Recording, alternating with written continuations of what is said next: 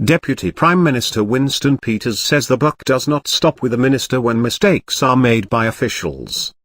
Mr. Peters' comment was made in relation to the case of the Czech drug smuggler Karel Sroubek, whom the Immigration Minister Ian Lees-Galloway allowed to stay in the country on safety grounds. The minister has now ordered an investigation into the information he got. Mr. Peters said it's going to be a serious learning experience for whoever was responsible for the errors. You've got to bear in mind people do make mistakes, people have mortgages.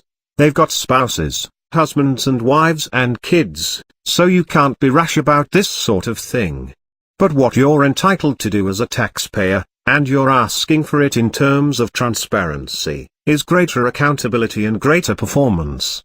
We can't possibly argue that what's happened so far is higher performance, Mr. Peters said. He said the officials, and not the minister, have been privy to information about Sroubek for the past 3 years. Mr. Peters said the failure to check if Sroubek had returned to the Czech Republic before he avoided deportation is the most basic of checks. However, National's immigration spokesperson Michael Woodhouse said he was skeptical about the investigation announced by Mr. Lees-Galloway regarding the matter.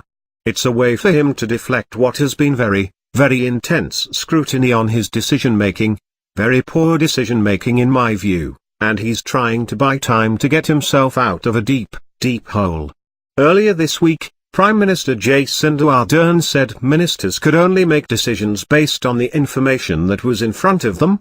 I don't think anyone assumes that a minister will, for instance, receive a significant file and on the back of that go and ask questions. Yes, they ask questions, yes, they scrutinize things, but it's always based on what's there in front of them.